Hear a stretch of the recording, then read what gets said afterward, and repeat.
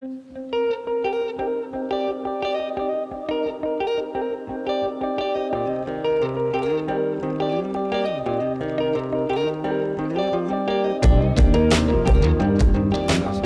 per dirvi che tutte le giornate, senza che domani saranno tutte in inglese.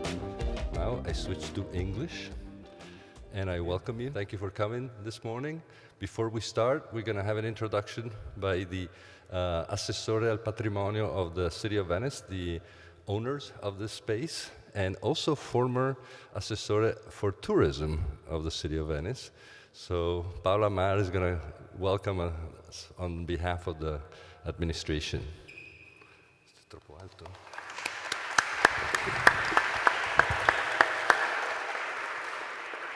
Thank you very much. I try to read something in English. It's not my languages, but I try. Dear participants, good morning, everyone, and welcome to this program.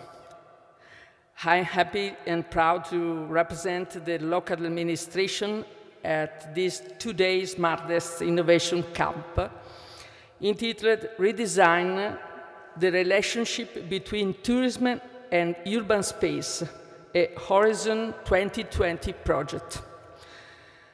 I look forward to hearing city administration and representatives of tourism industry from 8 European cities speak about sustainable urban tourism, mobility, housing. The result emerging from the events will be very interesting and useful to the Venice administration, as the project offers a comparative picture of the current situation. In fact, our administration is tackling the issue from several different angles. Tourist accommodation facilities. In 2017, the municipal administration has issued a ban on converting buildings into tourist accommodation, whether hotel or B&Bs, or making an extension to those already in existence. Application can only be passed by the council on a case-by-case basis. Crowd flow management. In an ongoing sophisticated attempt to manage tourist flow, the City Council has approved in the 2019 the new regulation for establishment and regulation of the access fee to discourage day trippers from coming on the most congested periods. Data acquisition. In an effort to take over tourism, Venice has set up in early 2021 a state-of-the-art control room with the data-driven approach to managing overcrowding at tourist hotspots. We now have aggregated data on how many people congregate in different parts of the city, on which country they are from, how fast they go, where they stop, and what methods of transportation they are using. The Church and Convents of Saints Cosma e Damiano on Giudecca Island, where we are now, is a site of urban regeneration owned by the City of Venice, who restored in 27 with European funds.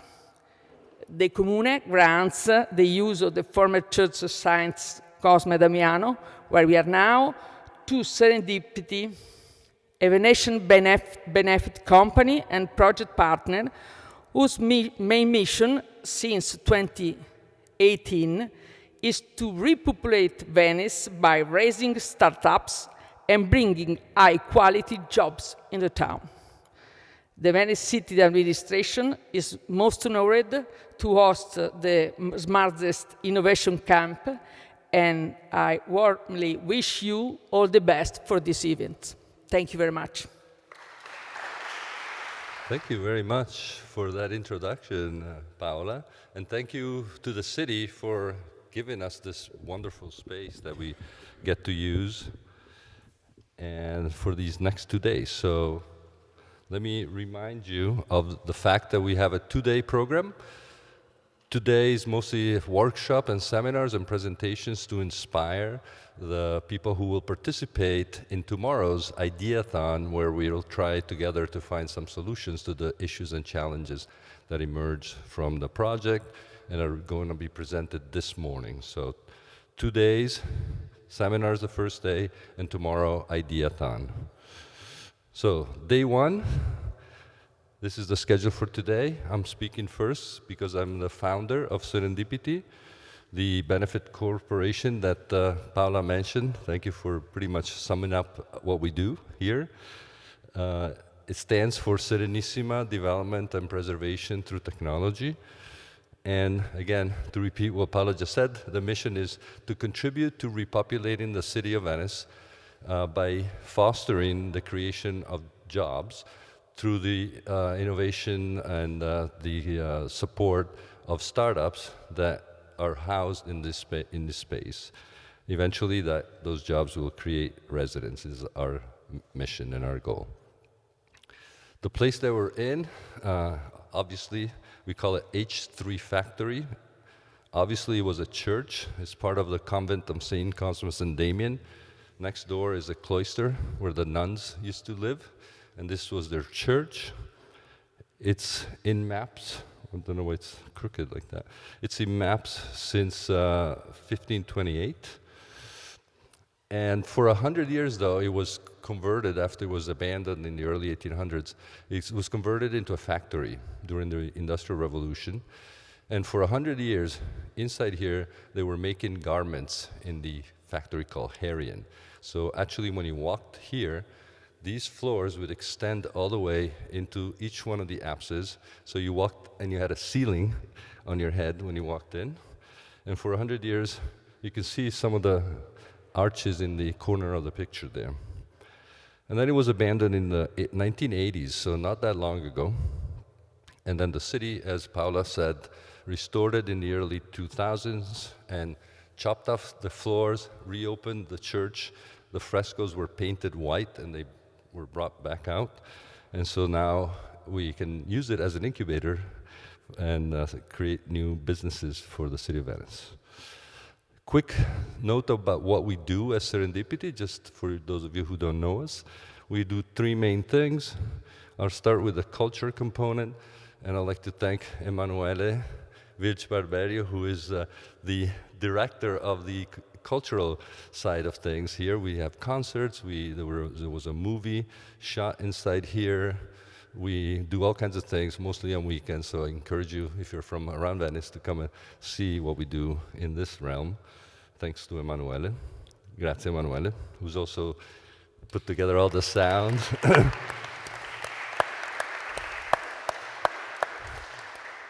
While I'm at it, I'm going to thank Leo, who's also going to video record the entire proceedings for the next 2 days and then put together a nice video. All of this is going to be on YouTube as soon as we're done with the filming. The other thing that we do, already mentioned, is startups. I want to just mention the main program that we do, which is MIT Design Venice. There's a big poster on the back of you, which is a collaboration between SerenDPT and MIT Design X, the one from Boston, the original program. We started last year. We have teachers and professors from MIT come and support and instruct our startups that we select every year. So every year we select 10 startups, and then the faculty from MIT come every couple of weeks to support their growth and to launch them into the real world. These are the startups we selected last year in the 4 themes that we have. The reason why I'm saying a lot of this is because tomorrow we consider to be a recruiting event as well for MIT Design X, and we hope that some of the ideas that emerge tomorrow could possibly participate in the program this year. As you can tell, as part of our yearly program, tomorrow is a day where we hope to recruit some people. The submissions, if you're interested, are at the end of the month of July. And then after the submissions come through, we select 10, and then they go through the program in the fall. But the third piece that we do is research. I just want to mention briefly the one on the left, which is the program that I started in 1988. I'm a professor at Worcester Polytechnic Institute in Massachusetts, and I've been bringing students from the US to Venice since 1988. So 35 years of bringing students to Venice. You'll see them here. There's some students here today, so you see them roaming around. If you're interested, on Monday, they will present the results of their research that are all projects about Venice, but I'm not gonna tell you too much more about that. Because the main reason for being here today is the other stuff that we do. As SerenDPT, we participate in grants, and the most important one that we've been working on for the past 3 years is SMARTDEST. I'm not gonna talk about that because Paolo Russo will talk about that, so I'll leave it up to him to give you the details. And before we go and give the microphone to Paolo, I just want to thank the entire SerenDPT staff, for putting this together. All of you, without you, this wouldn't have happened. So thank you all, SerenDPT. Raise your hands and thank you for putting together a great. So without further ado, I'm going to pass the mic to Paolo Russo, who is the principal investigator of the SMARTDEST project. And he's been guiding us for 3 years through thick and thin, as they say in the US, through the COVID emergency and everything else. So Paolo. Okay, thank you very much. Thanks for coming. Thanks for being here. It's nice to see this strange mix of research partners and students and also a lot of friends from Venice and Venetian activists, people I haven't been seen for a long time also, some of you. So it's really exciting and it's not casual that when we started to plan for this project, we thought that Venice would be an ideal place to come back to at the end of our project as one of the case studies in our project, but also as a perfect place to talk about the topics of our projects and the results that we get. This is an international Europe-funded Horizon2020 classical, I would say, research project. The European Commission funds many different research activities. This is research. But as usual, they ask you to produce research that is likely to make a real social, political impact. So to produce results that inform different publics, that transfer knowledge to those that can make use of this knowledge to create better, in this case, living conditions for local communities. This is a project that has been funded under a call on social exclusion and urban transitions. So we tackled this topic coming in from the point of view of tourism-driven transformations in urban areas, which is my own and most of our partners' main area of scientific engagement. So we did put up, I think, a quite strong and ambitious research proposal to study the so-called ills of tourism for urban community, something that some of us have been working on for 25, 30 years. My doctoral thesis in 2002 was already about the kind of stuff that we have been working on. SMARTDEST, we didn't use the word over-tourism then, but people like in the academia, like Professor Paolo Costa, that's looming in this area, has been doing this kind of research. And what happened in the last few years, I would say a period, exceptional period after the big financial crisis in 2008 or 2012, and the next big crisis, the COVID crisis, is that over-tourism, the excess of tourism, and the problems it was causing starts becoming an issue not just for the few usual places like Venice, but for a much wider and much longer number of places in the world, to the point where it seems to have become a general trend. And we need probably new instruments to decipher all that. So yeah, we know there's a lot of tourists. These tourists have certain positive and negative impacts. Negative impacts sometimes are even superior than the positive ones for local communities. And what do you make of that? The big question is, and so what for local community? So what for cities? So what for cities of the future? Can we imagine a world in which the most visited tourist populations become areas just for temporary mobilities? And my friend here, Giacomo Salerno, has been working on this concept of the short-term city. Can we imagine cities that are only for tourists? Because that is the trend. That is the trend, not just in Venice, but in many of the historical city centers and even whole cities around Europe and in the rest of the world. We are only dealing with European money, so we study what happens in Europe at its borders.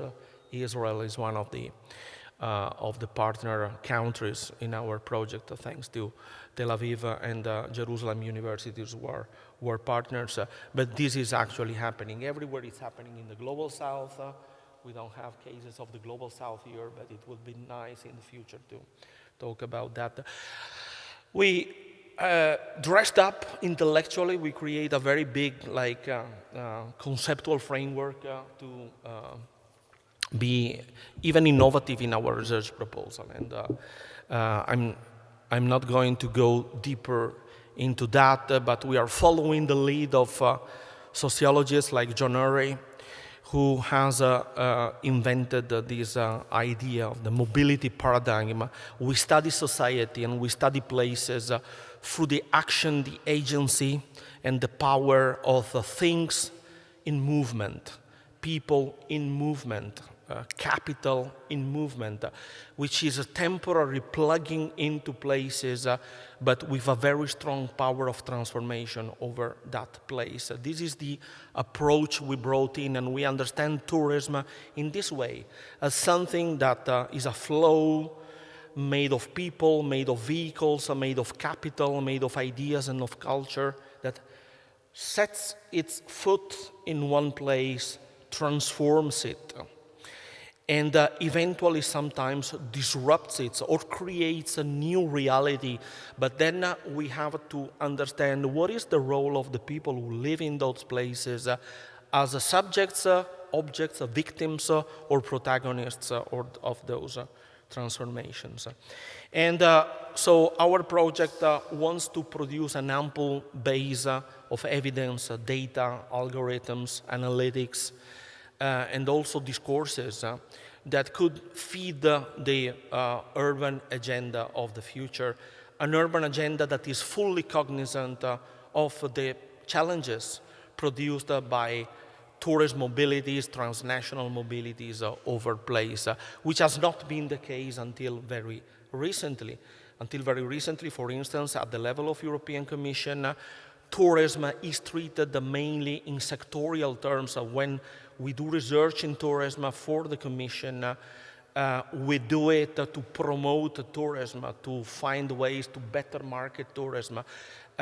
We are not looking at the edges of what is happening into place. This is more properly research on cities, on urban studies, and the role that tourism and international mobility has in all of that. So our ambition at the beginning of the project, and there is always a very big gap between initial ambitions and outcomes at the end, but would be to provide instruments to create more resilient cities.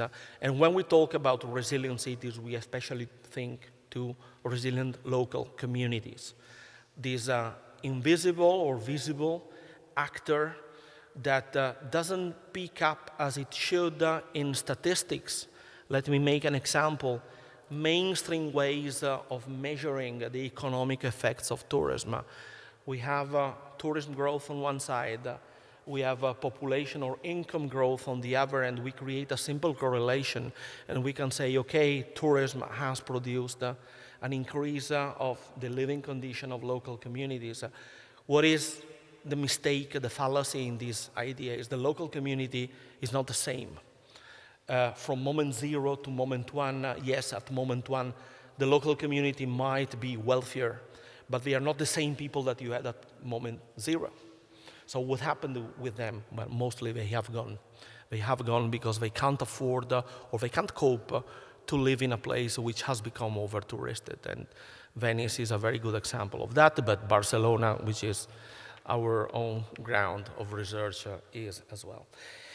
And we did, and this is like more anecdotal, but you imagine the kind of shit we had to go through in our project.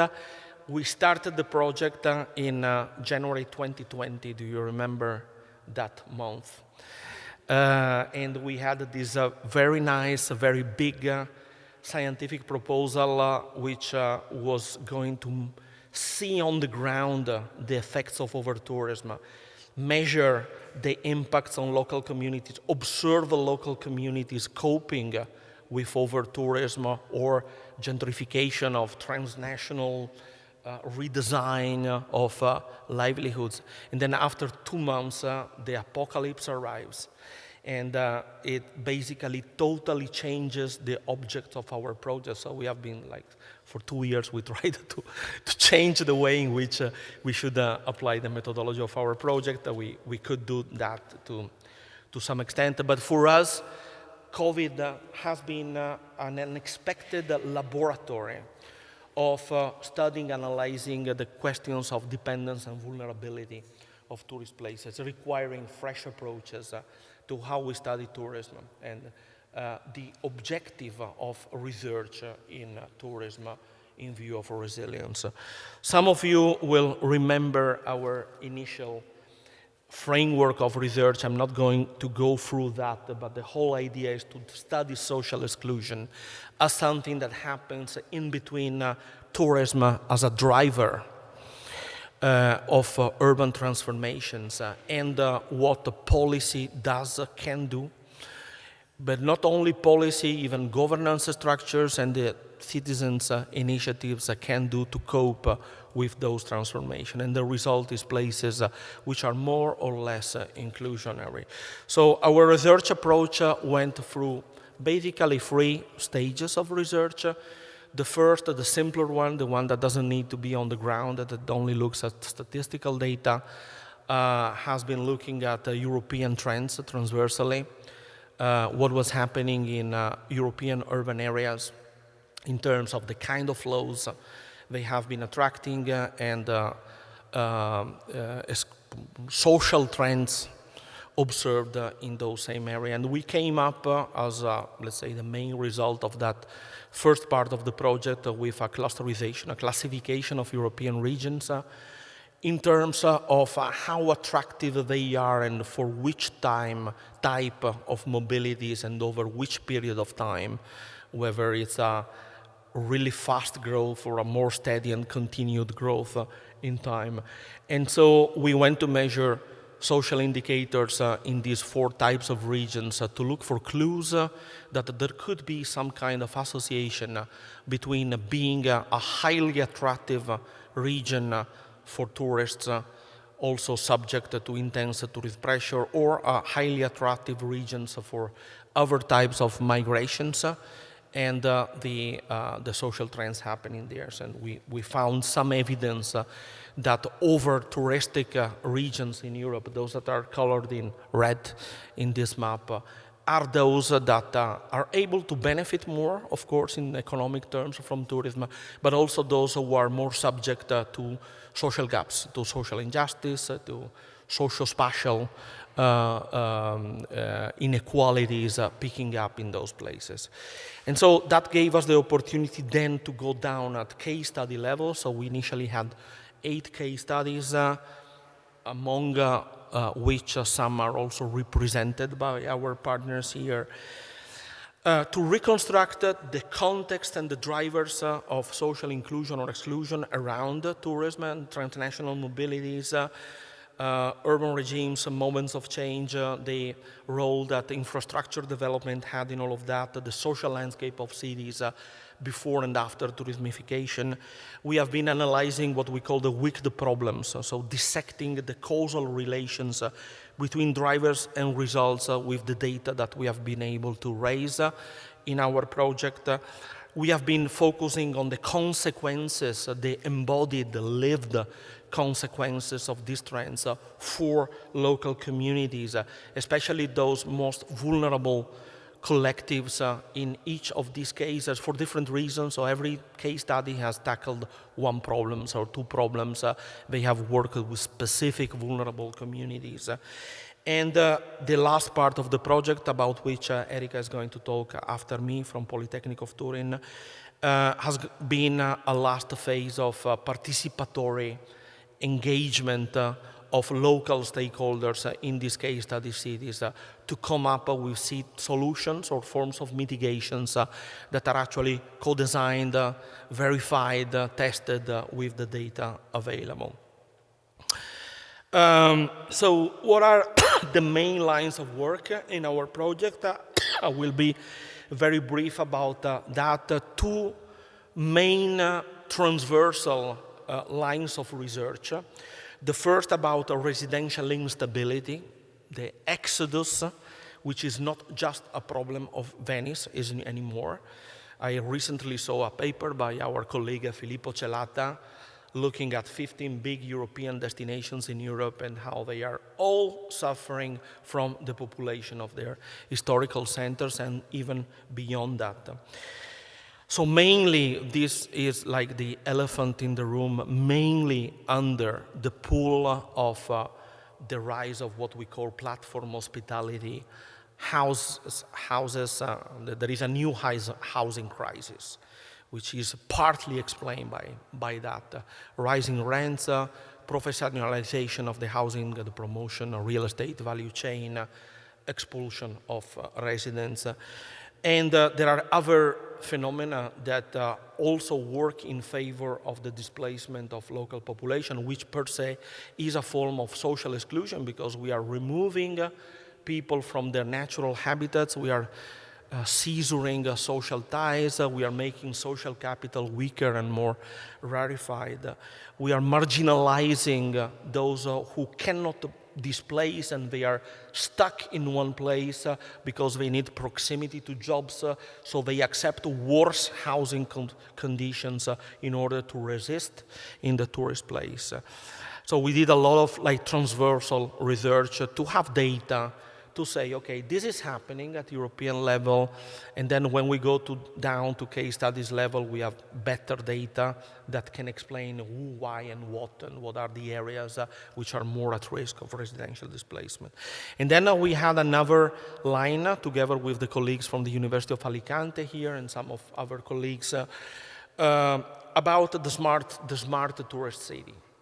The idea that the smart city, a reality in urban planning, is something that ideally would have to benefit local populations. But when the smart city happens in a tourist place, it becomes all more mixed and more ambiguous. So sometimes the smart city is for the mobile populations. It's not for the vulnerable, stuck citizens of our city. So our colleagues have taken a very broad approach to study stakeholder networks. So who is actually constructing the smart city? How consistent is the ecosystem of smart tourism planning with other ecosystems, the tourism industry ecosystem, the planning ecosystems that are producing tourist places.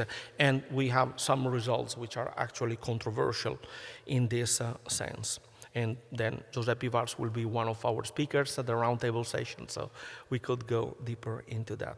And then every case study has given some other demonstration, research outputs about a wide range of topics, from the disenchantment of local communities and the rise of anti-tourism discourses in Amsterdam, to what we studied in Barcelona, the relation between precarious labor and precarious housing, which we suspect is another of these transversal themes. So basically, main thing, tourism workers are not able to live anymore in the same cities where they work. They are the most vulnerable, the most likely to be expelled because they get the worst salaries and the worst kind of contract that allow upwards social mobility. Edinburgh, mega events sustaining and reproducing precarity. Jerusalem, disconnected cultural communities from the mainstream tourist circuit that seem like a lost opportunity in terms of creating a pacified and harmonious tourism development. And so what are the opportunities there? In Lisbon, a very close approach to commercial gentrification, so transnational dwelling as an agent that disrupts life in a community through the transformation of its commercial landscape. Ljubljana, the lock-in of mainstream tourism products and promotion, again, as a lost opportunity for the inclusion of entrepreneurs which are more peripheral in strict sense because they operate outside of the city center or because they offer different kinds of products than what is normally offered in the tourist marketplace. Turin, in Turin, we didn't talk about the tourists at all. We talked about students, the international student mobilities, as an agent of transformation, which is also subject of reification and marginalization, but has a nightlife, and the nightlife is conflictive. And finally, of course, Venice, and Venice has taken this approach to study the co-determination of labor hyper-specialization, so the hyper-specialization of the historical center of Venice in providing this kind of jobs, low added value you can call jobs, and how this is related with unaffordable housing, awkward mobility, and commuting in and out of the city in the two senses, which is unprivileged, is problematic. And how it all is feeding depopulation trends, and always we look at the other side of the coin. So how can we change this condition in order, in this chicken and egg relation, to embark a new trajectory of social inclusion? And I will finish with a few legacy goals. So we had a lot of research outputs in our project. There is a QR code there. You can access all our publications, which are in open source. And this is something that we give back to the scientific community, and for 2 years we have been presenting at seminars, congresses. All our data are in open, even some algorithms of analysis that we've used are in open access, so everybody can replicate what we have done in other places with new data. We had the city labs, and Erika will expand on that, but an exercise in citizen participation, which has been very limited in time, but we hope it will stick, it will become something more structured in the future. And finally, the future opportunities: will we inspire innovators? So this is the real bet of these 2 days today. When we talk about innovation, we don't just think about classical technological innovation, also that, but we also think about social innovation, business innovation, policy innovation, new ways of doing policy. So how are the solutions discussed in our project?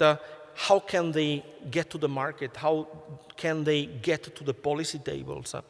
And we invite everybody, and we do that like as a main dimension of our project, to use our outputs, our storylines, our data, our results, our tests, to dig for research and development funding in the future. So why not SMARTDEST 2.0 in the future without me, because I'm done with that, but which is really working on practical solutions, on implementation of some of the things that we have been saying until now. So this is basically it from my side. I will, before Sandro, I think Erika is coming on stage to tell you a little bit more about it. Good morning. I'm here I represent the team of Turin, which was the team that coordinated the work package 4, which was about the implementation of the city labs.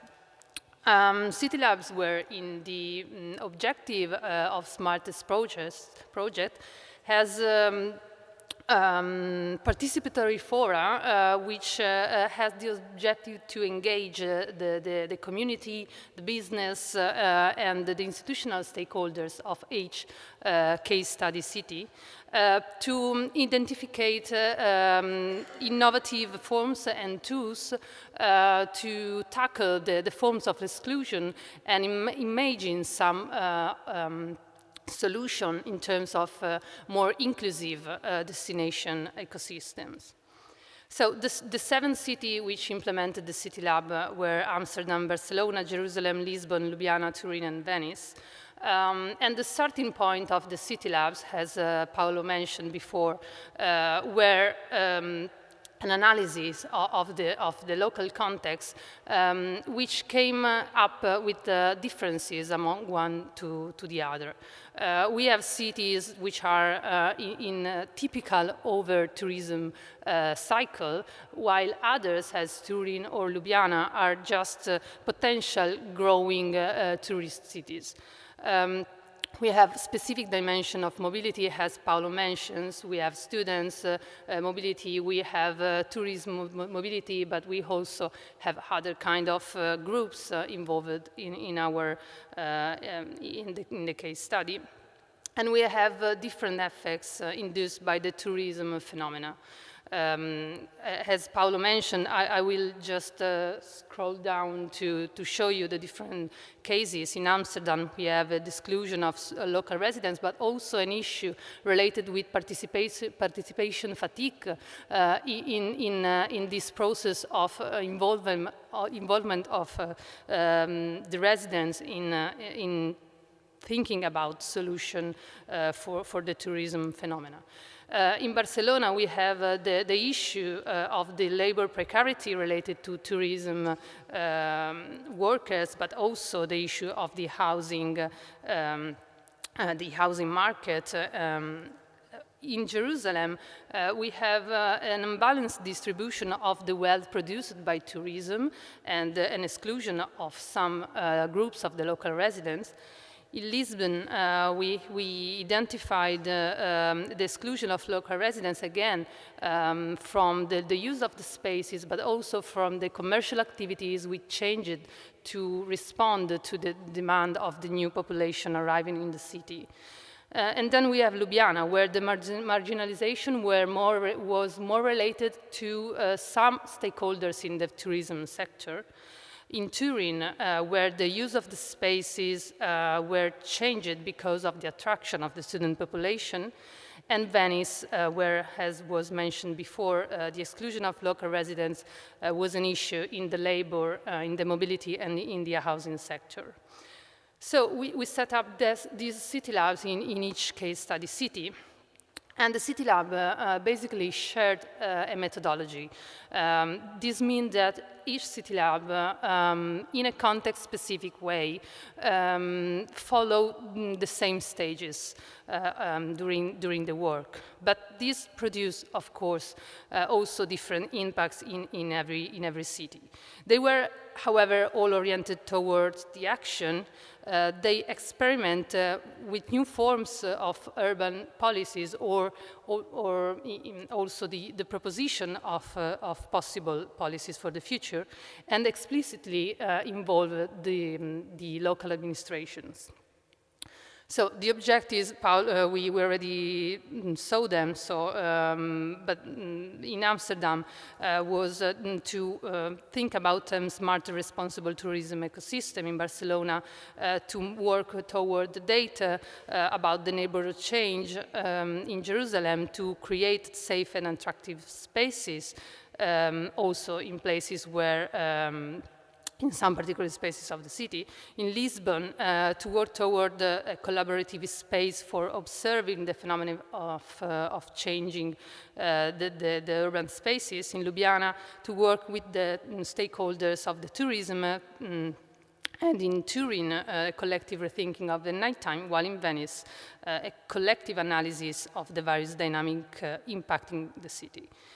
So we have very different policy fields, and this was the reason why also methods and the techniques applied changed from one context to the other. But in general, all the City Lab applied this participatory approach in which a wide range of stakeholders were involved. Stakeholders were heterogeneous, and this is also probably something that gives value of the work we have done, because different stakeholders sit together at the same table. We had experts, scholars, and members of research institutes, but we also have a representative of the local administration and the local institution. We had residents, students, representative of grassroots association, NGO.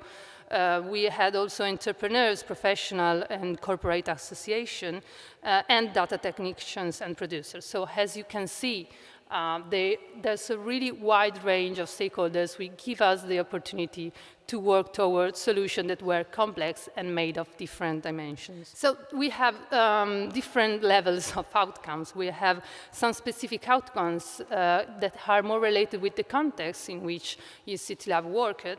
So these were tools, strategies, and policy indication in each case study. For example, Amsterdam advanced the co-designing practices and new method of engagement. Barcelona produced a toolkit supporting an early warning system to detect tourism-driven social exclusionary process in neighborhood. Jerusalem designed a strategic plan for a network of inviting spaces for the city. Lisbon prototyped and tested ideas which included structural changes and intersectional collaboration. Ljubljana worked towards areas of tourism and stakeholders improvement, and also added the missing creativity pillar to the Ljubljana ecosystem of the tourism. Turin worked toward the introduction of co-design approaches in the city policy making, which were lacking of this kind of approaches, and also indicate strategic and policy indication, while Venice set a set of suggested policies to be implemented using the tools of government action. But we also have, as Paolo said, and here I conclude, some transversal outcomes. First of all, we propose an approach and different kind of processes which can be also scaling up or reproduced in other cities. They were all related to the co-design approach, and were also the occasion to co-learning and co-creation of knowledge, which also remains in the local community which participate in the City Lab. And just to mention the other outcomes, the co-design of planning frameworks and innovative action, the build of consensus, in many cases, we reach on the policy initiative we propose, and also, well, you saw the slide, the new data analytics and the use of data that some city labs propose in terms of implement this use for the wealth of the community. And so the hope and the try we are all now doing is to scale up these practices for, of course, a more inclusive and resilient urban areas. Thank you. Thanks a lot. Good morning, everyone. Thanks a lot. Yeah, I'm Alessandro Costa. I'm the director of this new kid on the block, this new entity that was established not much ago, formally in March 2022, and effectively we started our operations the beginning of this year, which has very, very, very high ambition, which is to stimulate the participation of a very widespread, a broad range of urban stakeholders in the creation and then implementation of what we call a new integrated model for sustainable territorial development for Venice and its metropolitan whereabouts, its metropolitan area. But let me, I was pretty much intrigued by what I heard this morning. And let me just turn the few things that I want to tell you upside down. Okay, so let me start from the very end. What are the takeaway that I'm going to think and hopefully pass on my network that I received this morning? So there are a few things that started to connect some dots in the things that prospectively we're doing. The first message that I received from Paolo is that smart is not necessarily sustainable. So smart city is not a sustainable city. And what we are trying to do with the 9 working areas where the foundation is challenging itself and is challenging the territorial system, we exactly have posed scientifically in the middle sustainable tourism as more or less the source, just to rephrase the same expression, the elephant in the room, or the origin of most of the contradictions and dynamics that we need to readdress if we want to live in a sustainable place. So sustainable and smart, they need to find a way to go along together.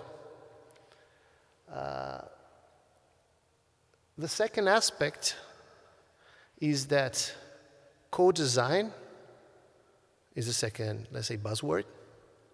So co-designing, you need to involve, it's a complex system. It's a matter of complex dynamics.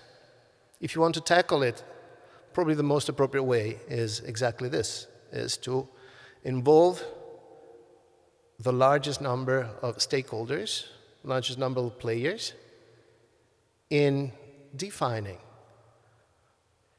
let's say the policies and then the implementation. The third aspect, and I see Andrea there in the second row, the third aspect are the tools. And tools are what science, research and innovation are putting at the disposal of this quite ambitious quest for livability and coexistence of different users of the same space, and big data. Possibly, on my personal opinion, what really makes the difference today with respect to what it was a few years ago is that we are now able to launch my presentation. No, we are able to acquire a very large number of data, large number of information that we can then process in new ways. And we possibly can come out with what is needed from one side to inform and to define policies, and from the other side to implement those policies and control the effects of those policies. Okay, enough talk. Let me now just get back to who we are and what we do. Yeah, I already told you what is the main aspect. Okay, the main frame and the aim of the foundation. I didn't tell you that yet, that unfortunately we have the power to promote projects, to facilitate ideas, to accelerate projects, to facilitate the discussion among different stakeholders. In this very moment, we still don't have, let's say, the financial capacity of covering the costs for implementing projects ourselves. But we can mobilize, and this is the network that we can mobilize. So it's composed by 40 different players. Some of them are public institutions, administrations, public administration, regional administration, local administration, the universities, let's say the academic system that insists in Venice, composed by 2 universities, the Academy of Fine Arts and the Conservatorium. We have quite a good deal of large Italian companies or the Italian branch of international corporations. We involve also the infrastructural space, so the port, the airport, but also railways, electricity, the gas network, so on and so forth, and the financial system. Just telling you a little bit in advance that in a few weeks, possibly one for sure, possibly 2 large Italian banks are going to join this network. And with respect to what I say a few moments ago, each one of these players has its own network. So if they are on board of this project of definition of initiatives and activities and selection of activities presented by all of them, and they can mobilize their own networks, in that sense, we really have a place where co-design can be put in place. Just to get back to that slide, to be a little bit more analytic, the 9 areas that we're focusing, if you just look at them, if you know a little bit of what Venetian dynamics are about, they compose for the response that we would like to give, or that we would like to push, on very evident and clear threats to the development of this part of the world. But at the same time, there are opportunities for the development of this place. When it comes to innovation, we define innovation as, and we, let's say, foster innovation and the deployment of innovation in this territory as a way of diversifying the economy. And obviously the kind of innovation that we are, as most of the things we're taking into consideration, they need to take into account what is, Paolo, very old word, the carrying capacity of the system, the possibilities for the system to have or to host certain types of activities, and to neglect the presence of those activities that are not environmentally or socially sustainable for this area.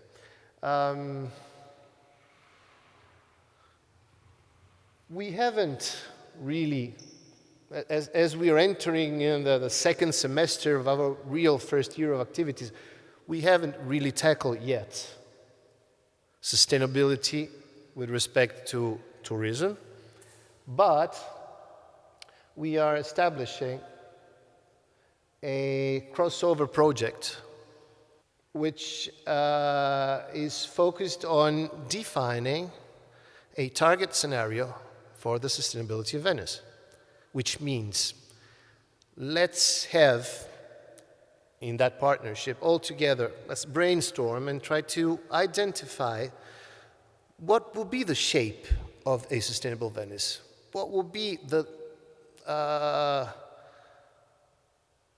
how it would be composed. Obviously, it's not something that you can get into a full detail. What do you imagine? What are the communalities that you imagine in a sustainable Venice 10, 15, 20 years from today? So at least you have a direction. You have a northern star that you would try to walk to. And in that sense, we would like to couple this exercise of let's say, sketching a scenario with a tool to measure in what way and how much the different initiatives that the foundation will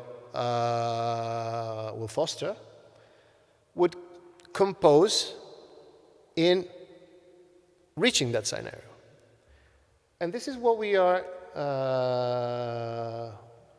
we've just started working at, with the idea of creating a new sustainable index with some peculiarities, with some special features that are connected to the features of this very place and this very territory. Now, very last slides. Tourism, a misspelled over-tourism, and sustainable tourism. So this is the path. We have that. We are somehow in the second stage. How do we reach the third stage? And I just conclude these few words by recalling how I began that. Interconnection, co-design, learning from what you are developing through SMARTDEST and hopefully the SMARTDEST 2.0 that won't see Paolo Russo involved in that. But yes, the main reason why I'm here is to learn from SMARTDEST and learn from the experience of those other cities that I know just for being myself a tourist in those cities. And which is now, it's also pretty much interesting to understand what me being a tourist there is me contributing to those challenges in those different places. And using the tools that we have at the disposal for interpretation and hopefully collecting together this data lake that we could play with.